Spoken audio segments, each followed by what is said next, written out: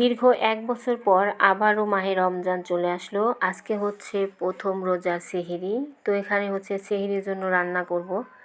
আর আজকে সেহরির জন্য হচ্ছে মাছ রান্না করব। এখানে হচ্ছে আমি কয়েক পিস মাছ আর মাছের তেল নিয়ে নিয়েছি।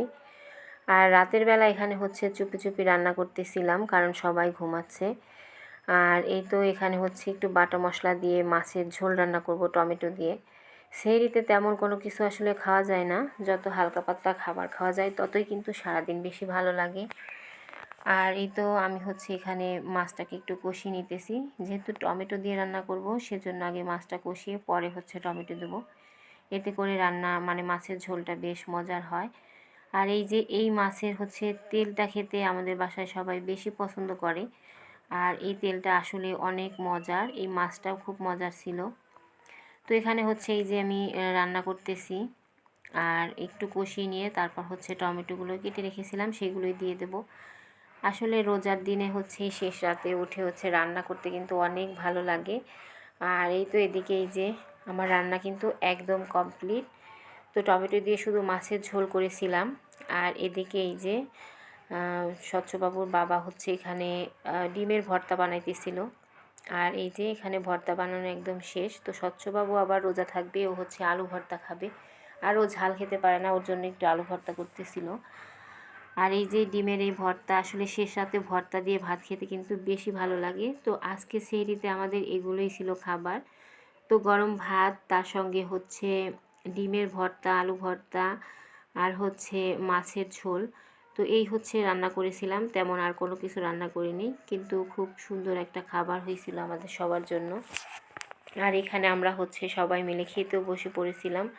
আর এই যে সবাই মিলে হচ্ছে এখানে খাচ্ছিলাম। আর এই যে মাছের তরকারিটা অসম্ভব মজার ছিল। তো এই যে সবাই রোজা উপলক্ষে ইফতারিতে কি কি বানাবো সেটা আগে থেকে প্রতিবার কিছু না কিছু গুছিয়ে রাখি, কিন্তু এবার একদমই কোনো কিছু গোছানো হয় নাই। তো ইচ্ছা করেই গোছাই নেই। তো ভেবেছি যে প্রতিদিনের ইফতারি প্রতিদিনই বানাবো। তো এই যে হচ্ছে আজকে প্রথম রোজার ইফতারি, তো সবার বাসাতেই তো কম বেশি কিছু না কিছু বানানো হবে। তো আমি ভাবলাম যে এখানে হচ্ছে আজকে যেহেতু আমার বাবু হচ্ছে রোজা রেখেছে, স্বচ্ছ বাবু, ও অনেক ছোট মানুষ, তারপর আলহামদুলিল্লাহ আজকে রোজাটাও রেখেছে। তো কয়টা রাখতে পারবে জানি না, তবে প্রথমটাও রেখেছে, এটাতেই অনেক খুশি আমি। তো এই যে এখানে হচ্ছে আমি ওর পছন্দের হচ্ছে চিকেন রোল বানাবো, সেজন্য এখানে সব কিছু গুছিয়ে রেখেছি। আর এই যে এখানে হচ্ছে আমি সব কিছু রেডি করে নিতেছিলাম। তো আজকে হচ্ছে এখন 4টার মতো বেজে গেছে, তো ভাবলাম এখন থেকে হচ্ছে সব কিছু গুছিয়ে নিই। তো এখন থেকে সব কিছু গুছিয়ে নিলে হচ্ছে ইফতারের আগে আগে সব কিছু গোছানো হয়ে যাবে। এই রোলটা হচ্ছে বাহির থেকে মানে খাওয়ার থেকে ঘরে বানালেই বেশি মজার হয় আমার কাছে মনে হয়।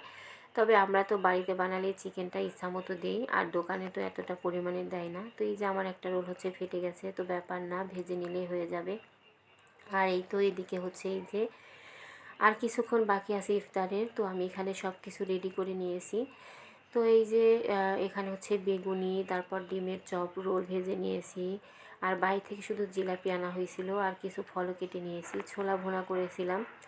তো এই যে আমি অল্প অল্প করে সব আইটেমই এখানে বানিয়েছি। আর আজকে হচ্ছে আমি সবাইকে ইফতারি দিয়েছি প্রথম রোজা উপলক্ষে, তো সেটাও আমি দিয়ে এসেছি, সেটা আর ভিডিও করা হয়নি। তো এখন হচ্ছে আমাদের ইফতারগুলো গুছিয়ে নিলাম। আর এখানে হচ্ছে স্বচ্ছবাবু বারবার জিজ্ঞাসা করতেছিল কখন হচ্ছে আজান দিবে। আসলে বাচ্চারা এমনই হয়, আমরাও ছোটোবেলা মায়ের কাছে বারবার জিজ্ঞাসা করতাম। তো আজ এই পর্যন্তই, সবাই ভালো থাকবেন, আল্লাহ হাফিজ।